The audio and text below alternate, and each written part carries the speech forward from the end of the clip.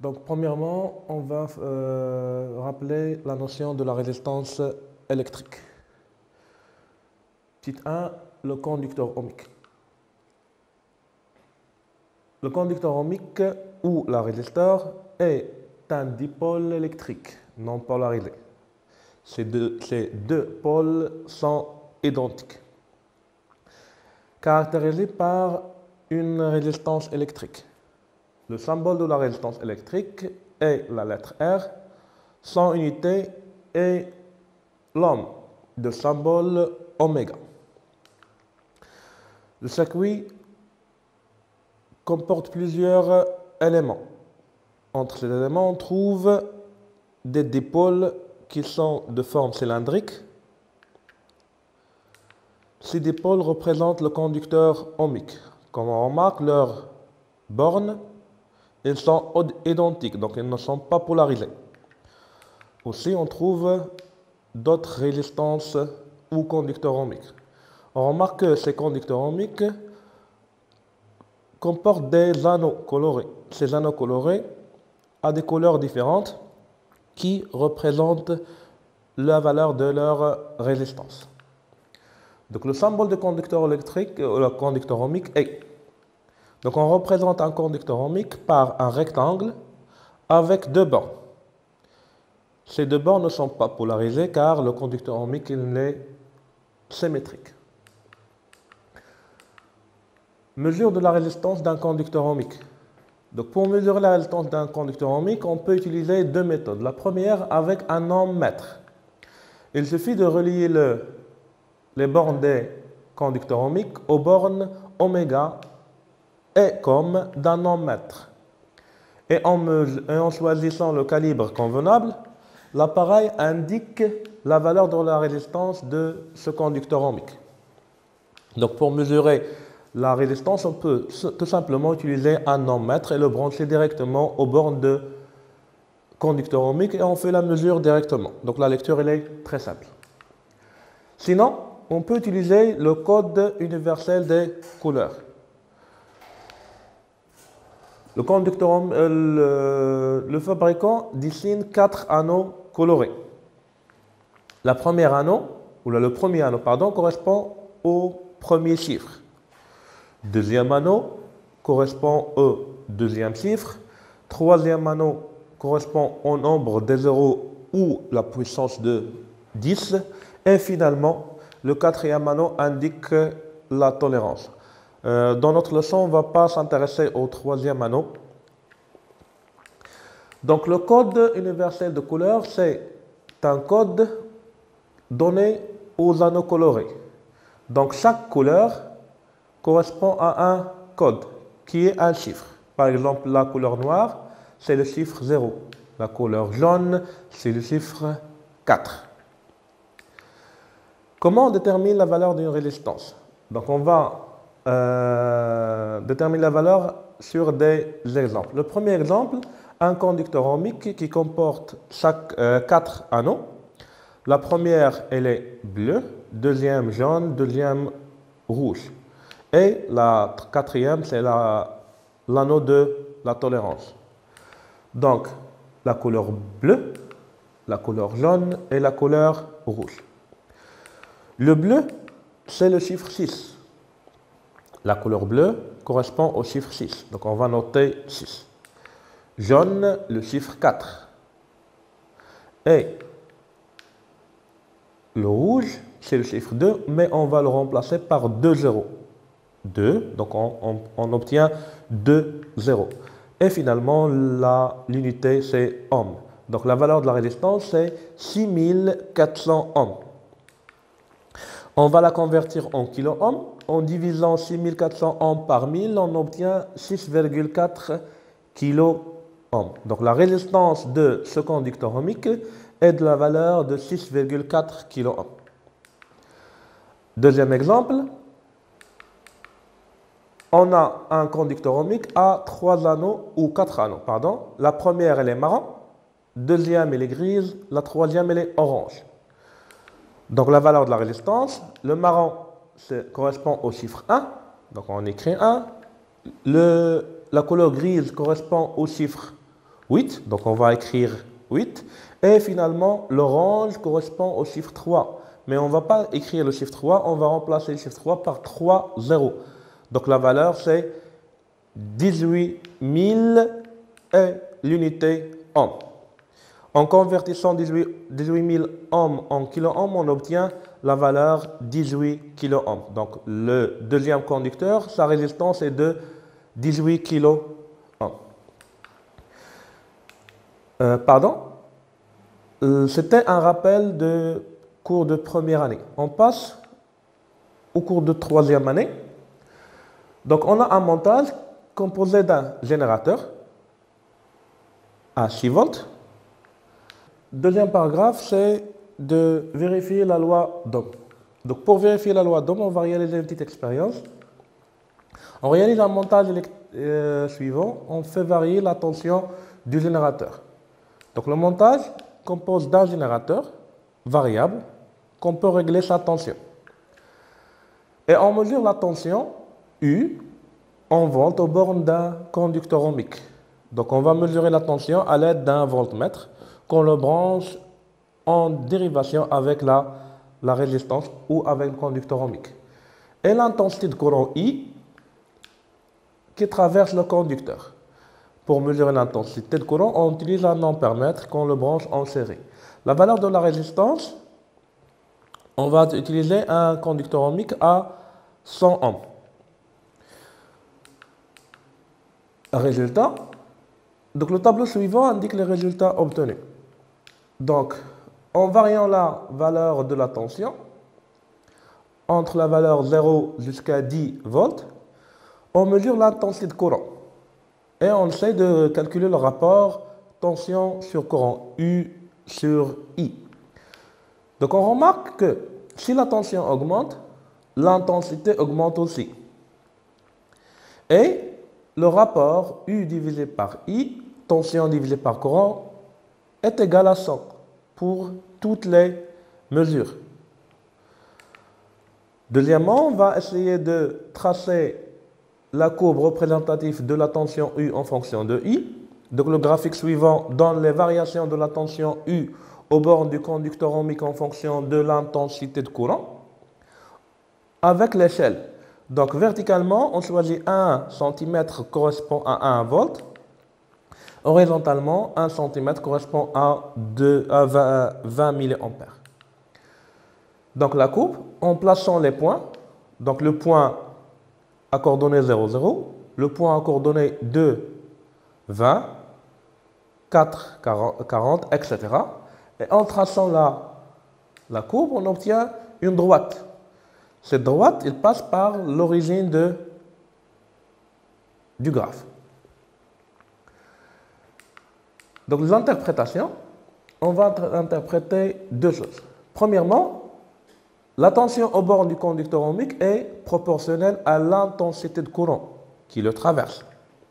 Deuxièmement, le coefficient de proportionnalité est égal à la résistance R du conducteur ohmique. Donc l'interprétation d'Iena, ou la conclusion, c'est sous la loi d'Ohm. La tension U aux bornes du conducteur ohmique est proportionnelle à l'intensité I du courant qui le traverse. Et le coefficient de proportionnalité correspond à la résistance R de ce conducteur ohmique. Donc cette loi, on peut la traduire sous forme d'une relation. La tension U est égale à la résistance R multipliée par l'intensité de courant I. U, c'est la tension. On doit l'exprimer en volts. R, c'est la résistance du conducteur ohmique. Elle est exprimée en ohms.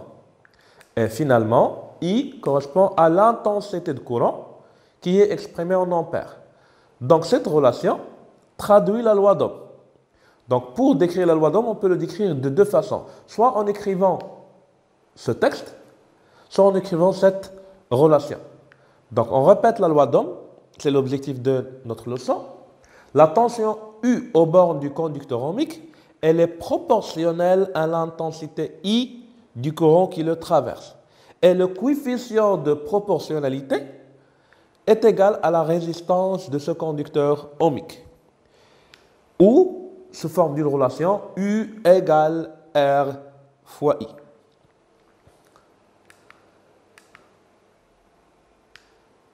Quatrième paragraphe, c'est la caractéristique d'un conducteur ohmique. C'est quoi la caractéristique d'un conducteur ohmique? Donc la caractéristique d'un conducteur ohmique, c'est la courbe de variation de la tension U aux bornes de ce conducteur ohmique en fonction de l'intensité du courant I qui le traverse. Donc la caractéristique, c'est une courbe qui représente la variation de la tension U en fonction de l'intensité I. On obtient une droite qui passe par l'origine. Donc toujours la caractéristique du conducteur ohmique, c'est une droite qui passe par l'origine. Et la tension I est une fonction linéaire de l'intensité de courant. Donc pour la représenter, on a l'axe vertical qui représente la tension U, l'axe horizontal qui représente l'intensité I. Donc la variation de la tension U en fonction de I se fait d'une façon linéaire en suivant une droite. En prenant un point de cette droite et on détermine ses coordonnées, on obtient la valeur de la tension I et la valeur de la tension la valeur de la tension U et la valeur de l'intensité I. Pour calculer la résistance, tout simplement, en appliquant la loi d'Ohm, on obtient R égale U sur I, ou en calculant le coefficient de proportionnalité de cette droite. Donc, une petite application, ou deux petites applications sur la loi d'Ohm, sous forme de deux exercices. Le premier exercice. La tension aux bornes d'un conducteur ohmique est U égale 2,4 volts. L'intensité de courant qui le traverse est de 40 milliampères. On va essayer de répondre aux deux questions. La première, calculer la résistance de ce conducteur ohmique. Deuxième question, calculer la tension aux bornes du conducteur ohmique si l'intensité de courant est de 200 milliampères. Donc, pour répondre à ces deux questions, on va essayer d'appliquer la loi d'Ohm. Donc, la première question, en calculant la résistance du conducteur ohmique. Donc, d'après la loi d'Ohm, on sait que U égale R fois I, tel que U c'est la tension, R c'est la résistance et I c'est l'intensité. Nous, on cherche la valeur de la résistance. Donc, on obtient R égale U sur I. Avec, d'après l'énoncé de l'exercice, la tension U égale 2,4 volts, l'intensité égale 40 milliampères, mais on doit la convertir en ampères. Pour cela, on obtient 0,04. Comment on passe de milliampères en ampères? Elle est simple. Soit on multiplie par 10 à la puissance moins 3, soit on multiplie par 0,001, sinon plus simplement on divise par 1000. Donc pour passer de 40 milliampères à 0,04 ampères, tout simplement on divise par 1000. 40 divisé par 1000 nous donne 0,04 ampères. En remplaçant dans la relation, on obtient R égale 2,4, la valeur de la tension, sur 0,04, la valeur de l'intensité. Un petit calcul, on obtient R égale 60, mais on n'oublie pas l'unité, c'est 60 ohms. Donc le résultat final, la résistance du conducteur ohmique est de 60 ohms. On passe aux deuxième question. Calculer la tension au bord du même conducteur ohmique si l'intensité de courant est égale à 200 milliampères. Donc pour cela, on va appliquer directement la loi d'Ohm on a U égale R fois I. D'après le résultat de la question précédente, R égale 60 ohms. I égale 200 milliohms, mais on doit la convertir. Donc on divise par 1000, on obtient 0,2 ampères. En remplaçant dans la relation, U égale 60 multiplié par 0,2. Résultat, U égale 12. Mais en n'oubliant pas l'unité, c'est 12 volts. Deuxième application, c'est de savoir lire la courbe représentative ou la caractéristique d'un conducteur ohmique. La courbe suivante donne la caractéristique d'un conducteur ohmique. La question, c'est de déterminer graphiquement la valeur de la résistance R de ce conducteur ohmique. Donc, cette courbe représente la variation de la tension U en volts en fonction de l'intensité I en milliampères. Donc, pour déterminer la valeur de la résistance, premièrement, on doit choisir un point. Ce point-là, on doit déterminer ses coordonnées. Sa tension, qui est égale à 3 volts, et son intensité, qui est égale à 160 milliampères. Comment on a calculé 160? Donc, on remarque que chaque deux carreaux correspond à 40 milliampères. Donc, un seul carreau, c'est 20 milliampères. La valeur de l'intensité, c'est entre 140 et 200. Donc, 140 plus 20, ça nous donne 160 milliampères. Pour calculer la résistance, en appliquant la loi d'Ohm, U égale R fois I, R égale U sur I, avec U égale 3 volts et I égale 160 milliampères. En la convertissant en ampères, on obtient 0,16 en divisant par 1000. Donc I égale 0,16 ampères. En remplaçant dans la relation, R égale 3 divisé par 0,16. Résultat, R égale 18,75 ohms.